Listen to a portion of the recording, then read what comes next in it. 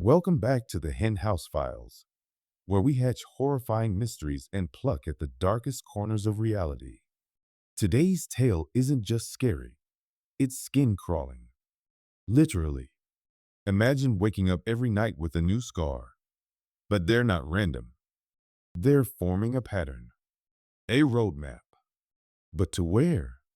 And more importantly, why your body? This one might just ruffle your feathers. So roost up, roosters, and let's peck into this skin-deep nightmare.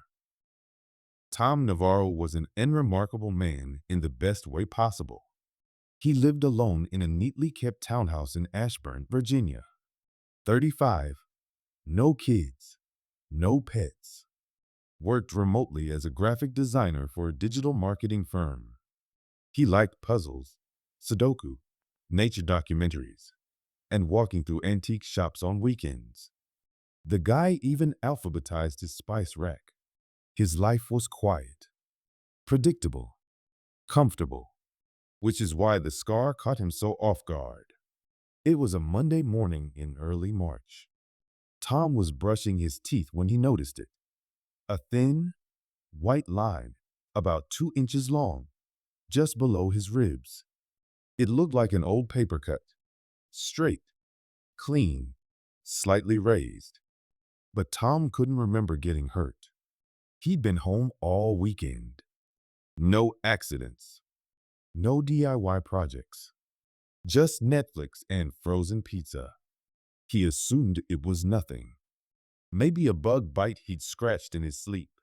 But then, Tuesday morning, there were two more.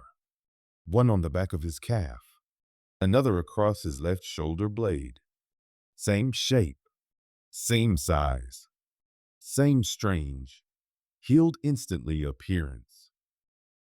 By Friday, Tom had 10 scars.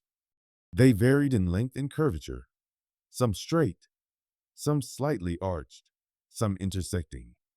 Always faintly white, always freshly healed, as if they had appeared weeks ago. But they were new. Tom was certain. He began documenting them, taking photos, noting their shape, size, and location. He even traced them on paper. At first, it looked random, but when he layered the tracings and aligned them based on his own body map, it began to resemble something terrifyingly organized. A grid, a layout, a map. He hadn't told anyone yet, not even his sister Mel, the only family he still talked to. She was a nurse and probably would have told him to go see a doctor. Maybe he should have. But a doctor couldn't explain why the scars appeared without pain, or why none of his clothes were damaged, or why they only showed up after 3:17 a.m. Always that exact time. So Tom set up cameras. 3 of them. One over his bed. One in the hallway. One in the living room. Motion sensors. Night vision. The works. That night, he went to bed fully clothed and wearing gloves. He woke up at 3:17 a.m. again, as usual, and felt an odd burning sensation on his stomach. He rushed to the mirror. 3 new scars. The footage was wrong.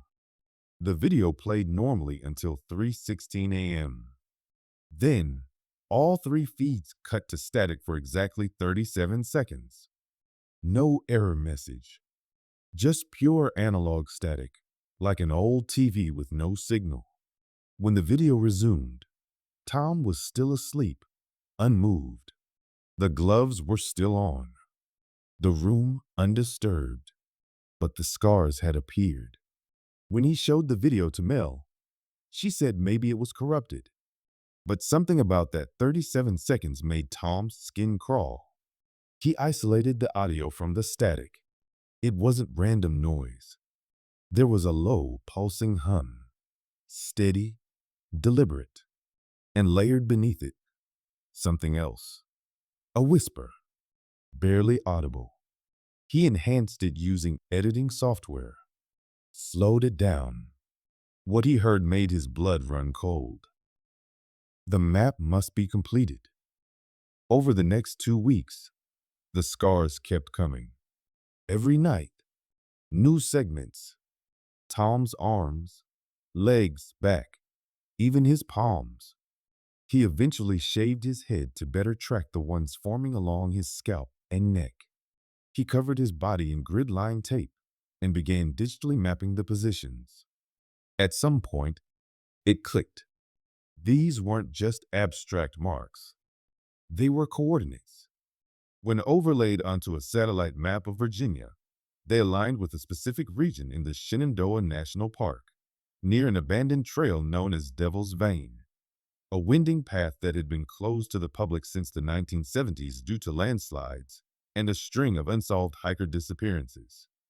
Tom cross-referenced old topographical maps and found something even more disturbing. That area used to house a mining operation called Night Hollow, shut down in 1971 after 17 miners were buried alive during a collapse. According to urban legend, the mine had been built on land that was once sacred to a now extinct indigenous sect, known for practicing a kind of body mapping ritual, where human skin was used as parchment to record forbidden knowledge. The government had supposedly sealed the mine. But if that was true, why was his skin directing him to it? On a moonless night, Tom drove into the park. He hiked alone into the dense woods, using the GPS coordinates from his own body. The further he went, the more his scars burned, especially the older ones. They pulsed, as if reacting to the land itself. Eventually, he found a clearing, collapsed structures, rusted machinery, and, buried behind a tangle of roots and bramble, a steel door partially covered in dirt and soot. The old mine entrance. Tom hesitated, but something pulled him forward. Not curiosity, compulsion. Inside, the air was heavy and damp. The walls bore etchings, crude figures, maps, and shapes that mirrored the exact scars on his own skin. His flashlight flickered. He thought it was the batteries, until he realized it always dimmed near the symbols. He reached a chamber deep underground, the cathedral room, according to the maps. What he found inside was inhuman. The walls were lined with human skin, stretched like parchment. Each piece bore scarred markings, maps, coordinates, symbols, and in the center of the chamber was a slab of stone, blackened with age and covered in hundreds of knife carvings. His scars began to sear with pain. He collapsed, and then he saw. In that moment, Tom wasn't Tom anymore. His consciousness expanded. He saw others, hundreds of them, across time and continents, all marked like him, all carriers of the same pattern. The map wasn't to a location. It was a network, an ancient lattice, connecting every scar bearer to each other and to something deeper, something beneath earth, dormant, waiting. The voice returned, not whispered this time, but inside him. The map is you. And then, darkness. Tom woke up in his bed, not in the woods, not in the mine. His phone was beside him. 6:12 a.m. The scars were gone. His footage from the past 48 hours? Deleted. His GPS history? Blank. His hiking gear? Missing. Only his boots remained, crusted in ash and blood. He thought it was over, until a week later, when he noticed a new mark. Not a scar, a burn in the shape of a key, just above his heart. He checked the mirror. His reflection smiled at him. He hadn't smiled. So what's the moral of this broiler-baked tale? If your body ever starts making topographical suggestions, maybe don't follow your heart. especially if it's got a keyhole in it.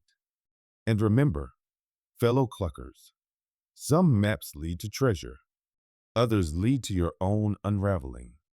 Until next time, stay safe, stay suspicious, and always be wary of where your scars might take you. Because in the Hen House Files, no mystery stays buried forever.